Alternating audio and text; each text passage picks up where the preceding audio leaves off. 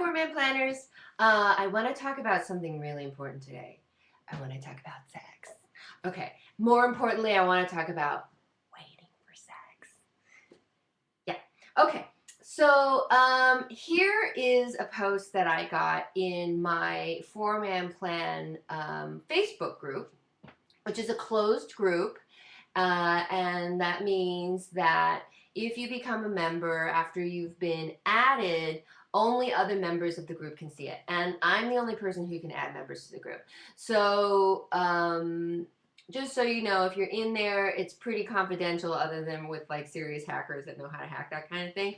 But for the most part, our conversations in there are super juicy and we cover a lot of territory and answer some really great questions.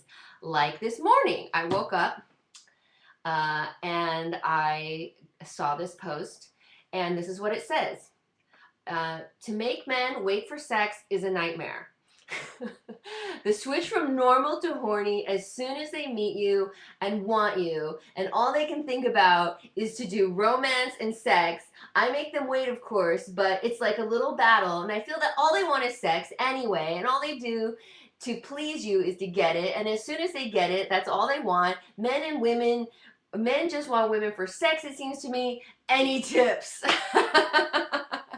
So I think our 4-Man planner here is expressing um, a frustration that is really common right now, which is that, you know,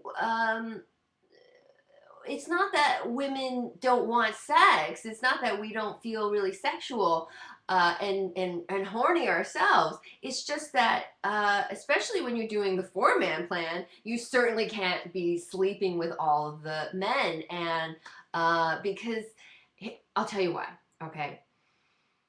Regardless of what the culture says about sex, that it can be casual and it's a fling and it's no big deal, right? Maybe sometimes that does happen, but on an energetic level, when you have sex with a person, when you make love, when you integrate your fields completely, right? There is something that's created. And that is exemplified by the fact that the way that you make people is to have sex, right? Something amazing is created, a whole another person. So just because that sometimes it makes people and sometimes it doesn't make people, doesn't mean that it's not making something, creating something every time it happens. And every time it happens with a new person, because it does, right? It builds an energetic bridge. It creates a pull. It creates a psychic connection for women, right? It's like as soon as you have sex with a guy, you can feel him out there in the world doing his thing. And he could probably feel you if he wasn't functioning at a lower vibration, the culturally accepted male vibration, right? He would be able to feel you as well. So that's why I encourage women to wait, because once that thing is made and created, its integrity is based on a purity, right? The integrity of the bridge is based on the purity of the connection, that you're not then spreading that connection all over the place in an indiscriminate way with other people, that put in a way that's just not clear, and it's not it doesn't, then the purity of that bridge that you've built, the energetic bridge, just can start to crumble and erode until there's nothing there anymore.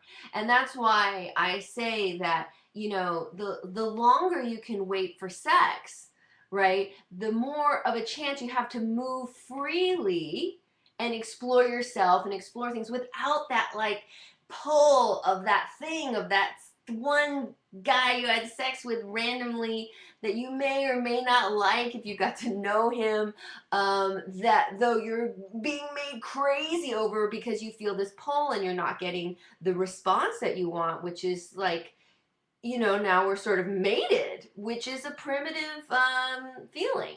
So if you can wait for sex, it's a really great idea. I totally encourage it. I was going to use puppets, but I just think this is too serious. Just really connect with yourself and see if this person that you're about to allow to enter into your most inner circle, the inside of you, right? So that's not just physically inside of you, but spiritually inside of you, because we're holographic on every realm, right? So what happens to you physically also happens to you on a spiritual plane. So before you let someone inside of you and your field, to be really clear about who they are to you and how you know them. And that can even be like, this is going to be a one night thing. This guy is super hot. I'm single and I'm free and I'm fun loving, and then afterwards I'm going to cut the cord. Right? I'm going to break that connection. And if you do that and do it with intention, that can be a way for it to function as well. But to not know what's happening makes us women feel really, really crazy, right? And it makes us feel like uh,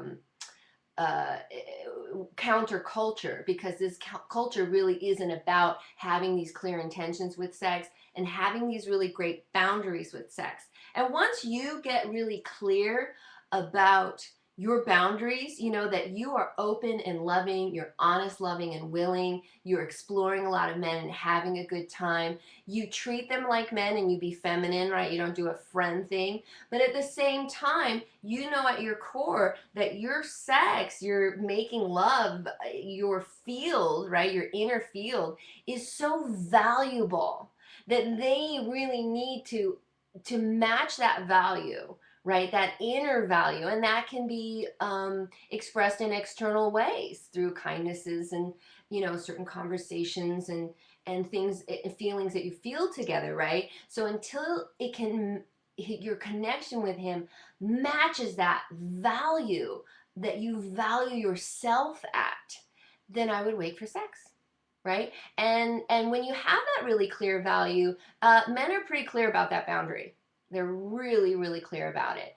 I have a story about that. Should I tell the story? Okay, so there was Earl and I went on vacation in Tulum, and it was wonderful.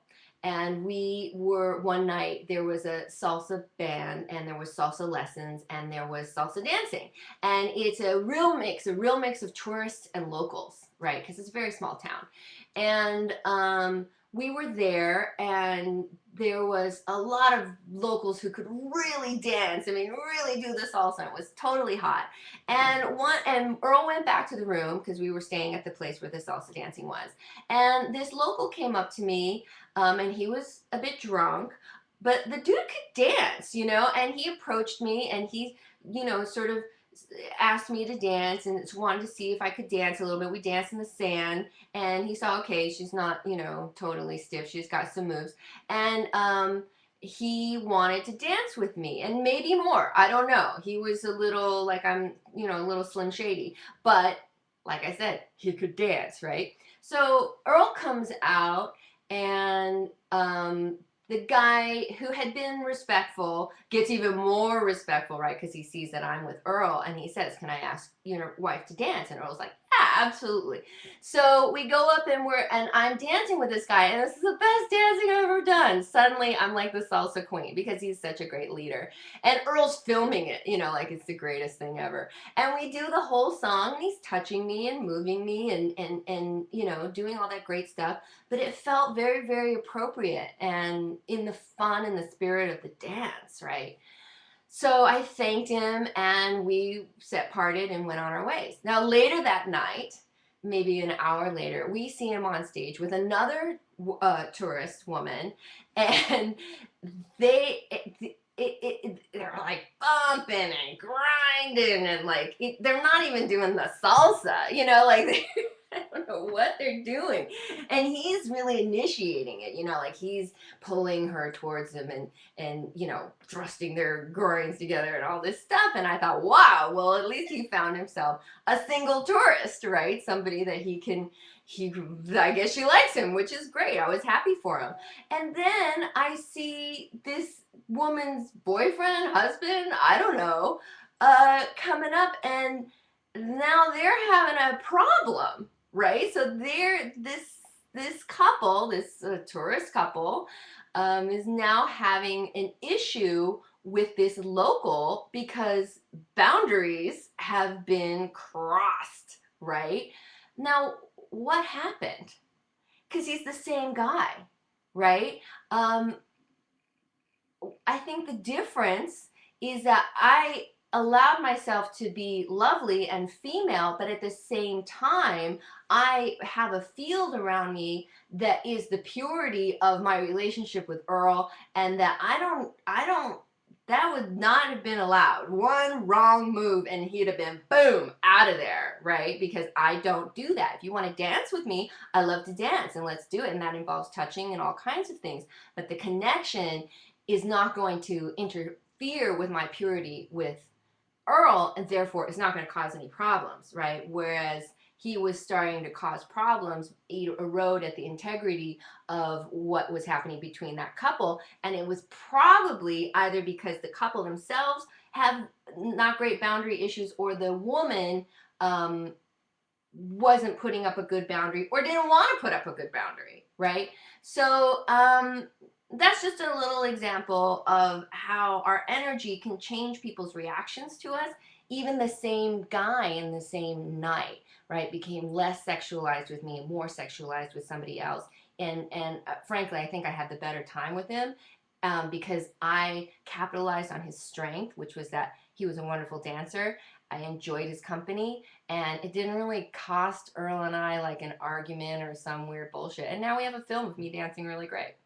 So, okay, gals, it's really a great idea to wait for sex. There's lots of other reasons too, and I go over some of them in my book. Which I have a book, The 4-Man Plan. You really should try The 4-Man Plan because it's going to explain a lot of this kind of thing. All right, so good to see you guys, and